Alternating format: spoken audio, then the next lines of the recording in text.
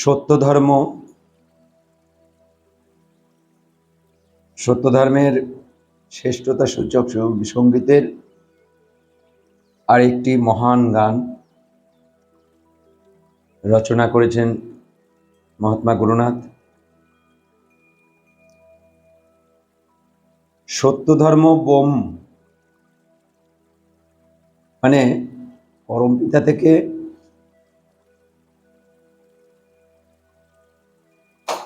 প্রতিটি গুণ তার বৈশিষ্ট্য স্বরূপ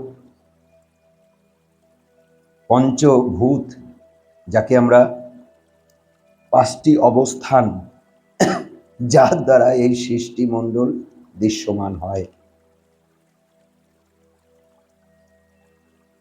আবার এই দৃশ্যমানের জায়গায় প্রথম সৃষ্টিটা ব্রহ্মের। প্রথম সৃষ্টি হচ্ছে বোম,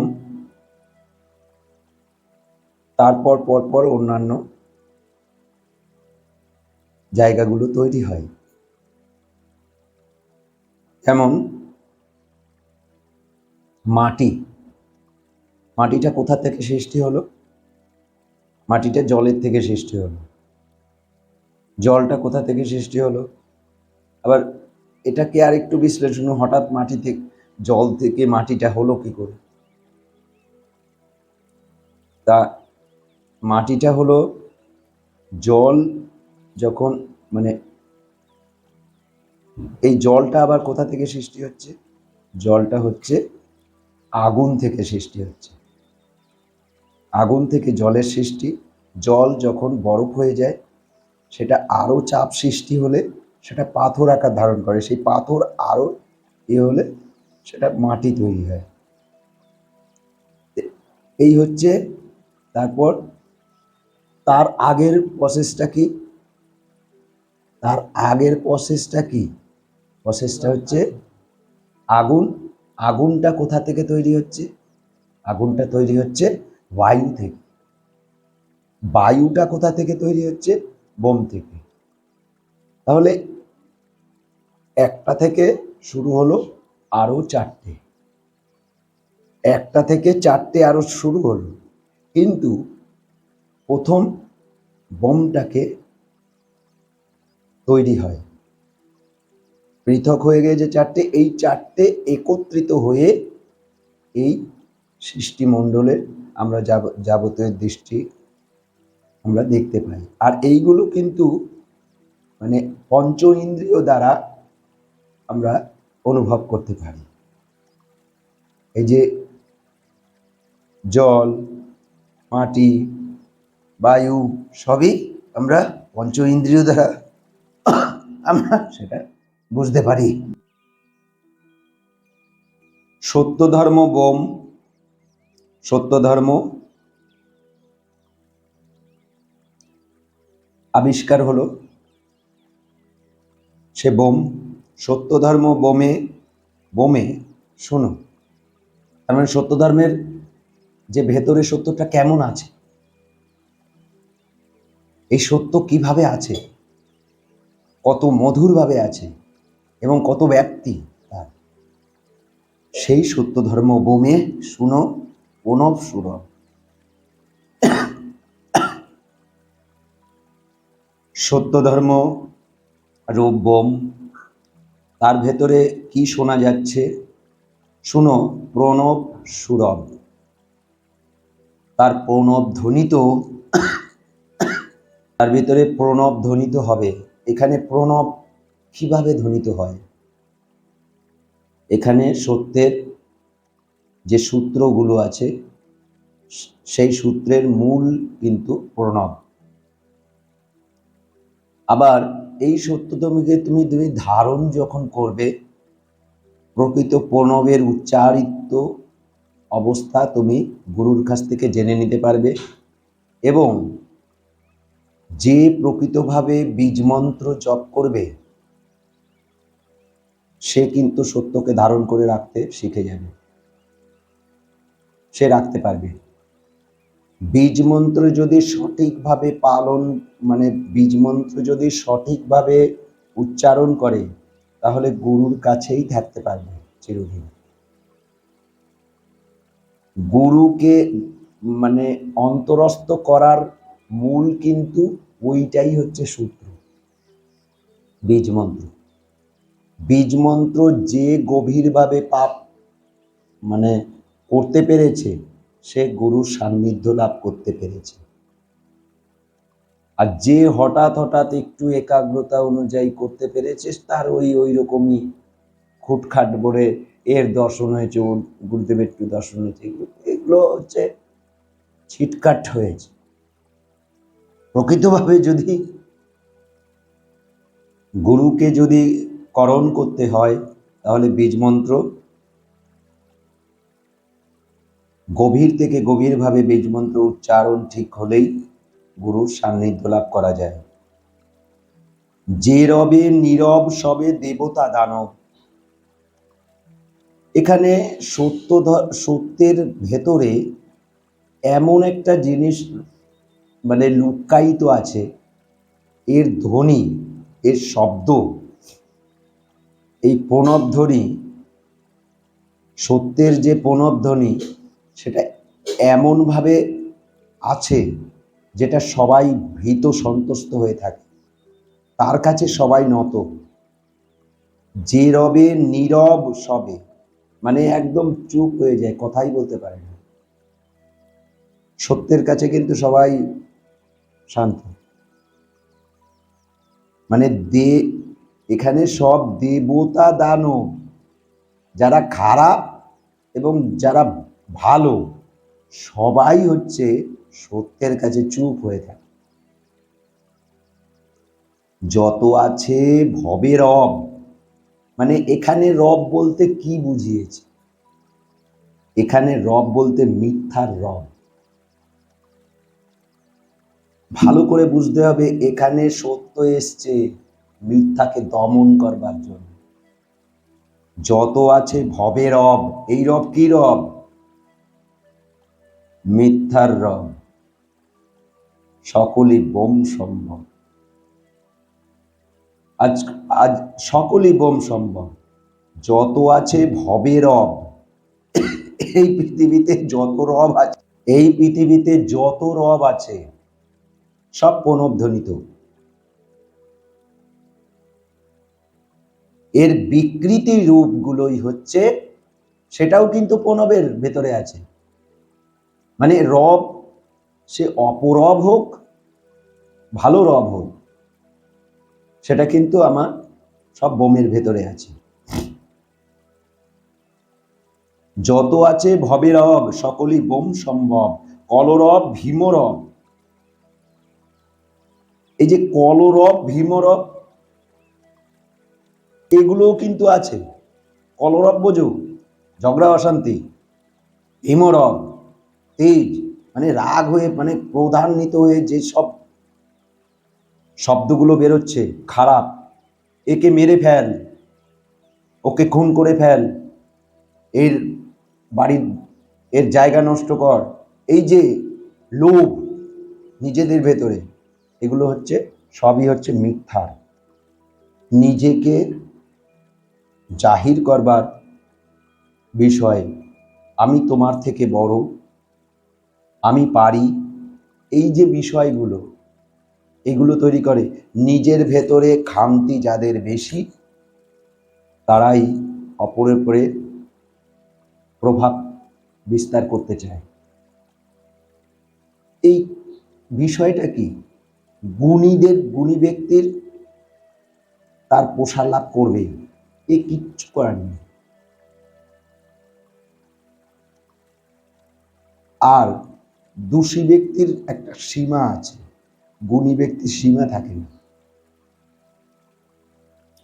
তুমি একটি গুণে পারদর্শী হলে, আশেপাশে আনুষঙ্গিক বহু গুণের সমাদৃত হয়ে আস্তে আস্তে যুক্ত হতে থাকে। রবীন্দ্রনাথ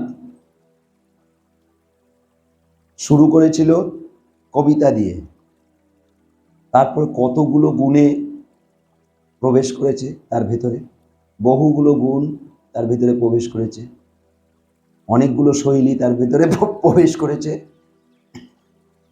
গুণের শৈলী। শেষ জীবনের দিকে ছবি আঁকা শুরু করে, তারপরে সেই গুণটাও তার ভিতরে রয়েছে। যাই হোক, যত আছে ভবেরব সকলই বোম সম্ভব, কলরব ভীমরব, এর ভেতরে এই কলরব ভীমরব তার ভিতরে কিন্তু বোমের ভেতরেই রয়েছে। এই কলরব ভীমরব এগুলো হলো খারাপ, এই কলরব ভীমরব তারই প্রতিরব। মানে সত্যের যেমন এটা কেমন ভাবে আছে, সত্যটাকে আমি বুঝবো কি করে, এটা সত্য, এটা বুঝবো কি করে? মিথ্যা না হলে সত্য বোঝা যায় না। যেমন দিন না হলে রাত্রের মহিমা বোঝা যায় না, রাত্রটা যদি না থাকতো দিনের মহিমা বোঝা যেত না। পুরো সব সময় দিন, তাহলে তুমি কি বুঝবে? যে যার অন্ধ, যে অন্ধ সে অন্ধকারে মানে আলোটাকেও আলো বলে কিছু নেই তো তার কাছে, আলো শব্দটা আছে তার কাছে কিছু, আলোর ভেতরে স্নান করে অন্ধ, তাই তো না? কোনটা আলো কোনটা অন্ধকার এটা বোঝে না। প্রকৃত অন্ধকার মানে অন্ধ যারা, তারা কখনো এটা বোঝে না কোনটা আলো কোনটা অন্ধকার। শব্দটা জানে, শব্দের রূপটা জানে না, শব্দের বৈশিষ্ট্য জানে না। সে যেভাবেই বোঝাও না কেন, সে ওই বৈশিষ্ট্যটা জানে না। ওর স্পর্শ ধরে এটা দেখবে, তাতে ওর মস্তিষ্কে যাবে, এটার রূপ তখন বুঝবে। ও একবার ধরা পরে বুঝে দেবে এটা। তার মানে ওর ইন্দ্রিয় কাজ করছে, একটা ইন্দ্রিয় বন্ধ কিন্তু অন্যান্য ইন্দ্রিয় কাজ করছে। সে যাই হোক, এইবার এই যে দিন বুঝতে পারছি কি করে? আমরা রাতটা আছে বলে দিনের মহিমা বুঝতে পারি। তেমনি মিথ্যা যদি না থাকে সত্যের মহিমা বোঝা যাবে না। সত্য কতটা সুন্দর, মিথ্যা কি করে মানুষকে সর্বনাশ করে ফেলে। তার মানে দুটো এখানে রব দিয়েছে, কলরব, কলরবের ভেতরে সবকিছু রয়েছে মিথ্যা, কলরবের ভেতরে মিথ্যা রয়েছে। ভীমরব সত্য, তার শক্তি বেশি। ভীম মানে বড়, ভীম মানে হচ্ছে বড়, বৃহৎ, তার শব্দ। সত্যের শব্দ বড় তো, আর মিথ্যার শব্দ কিন্তু কলরব, সে কিন্তু অনেকগুলো, মিথ্যার অনেক, মিথ্যা অনেক হয়, সত্য কিন্তু এক।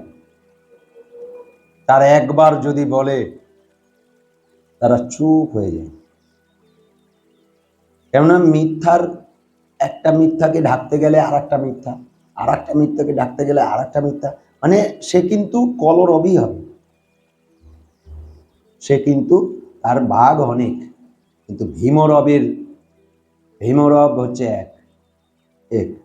তাহলে আমরা বুঝলাম কলরব ভীমরব তারই প্রতিরব। তাকে জানার জন্যই, ওই সত্যকে জানার জন্যই এই রবের সৃষ্টি। এই রব কি শোনা যায় কান দিয়ে? না, এই রব হচ্ছে অনুভবের রব। এই রব তুমি এর উচ্চারণ, সত্যের উচ্চারণ কেমন মুখে বললে না, সত্য সত্য, সত্য কঠোর, এর রব মানে তোমাকে ধ্বংস করে দেবে, মিথ্যাকে পুরো ধ্বংস করে দেবে। কলরব ভীমরব তারই প্রতিরব, পঞ্চম পুনব যদি বলে ভাবে যথাবিধি। এখানে পঞ্চম পুনব আমরা পঞ্চ ইন্দ্রিয় দ্বারা, আবার পঞ্চম পুনব যদি বলে ভাবে যথাবিধি। এখানে কি ভাবছে, বলছে কি পঞ্চম প্রণব যদি বলে ভাবে যথাবিধি। আমি পঞ্চ ইন্দ্রিয় দ্বারা এই মানে পাঁচটা ভূত দিয়ে তৈরি হয়েছে। প্রথম বলল এই যে বোম, শোনো, প্রণব সৌরভ, এই বোম দ্বারা যে আমাদের হয়েছে সৃষ্টিমণ্ডল, আর ভিতরে আর এই প্রণবটা যদি তার ভাগ আছে, এই যে ভাগগুলো হয়েছে, এই কেমন ভাবে এর রচনা হয়েছে, তার অঙ্কটা কেমন,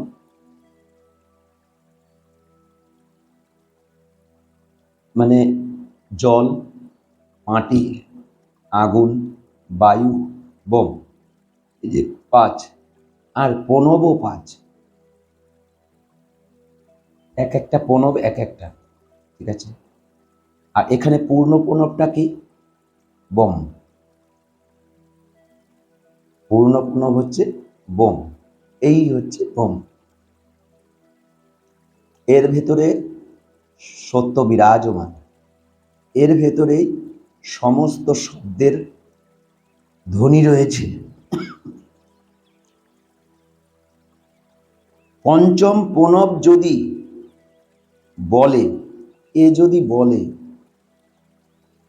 ভাবে যথাবিধি, আমর তো স্বর্গ অবধি, তোমাকে স্বর্গ অবধি নিয়ে যাবে,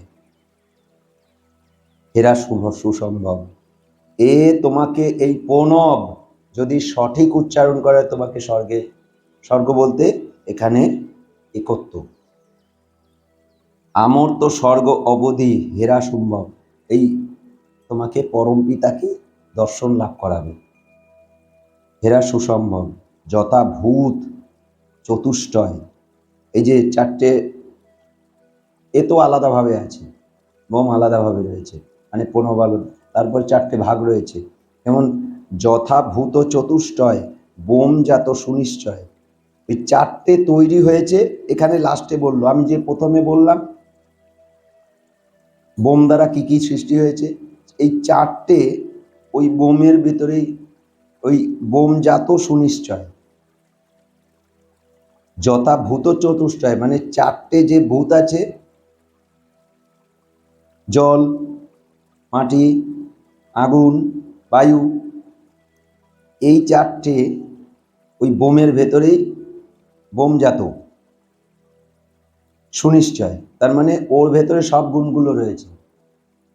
যেমন বোমের ভেতরে, তার মানে এই চারটে উপাদান বোমের ভেতরে ছিল, আবার বোম এর ভেতরেও আছে, মাটির ভেতরেও বোম আছে, আবার জলের ভিতরেও বোম আছে, আবার আগুনের ভিতরেও বোম আছে, আবার বায়ুর ভিতরে বোম আছে।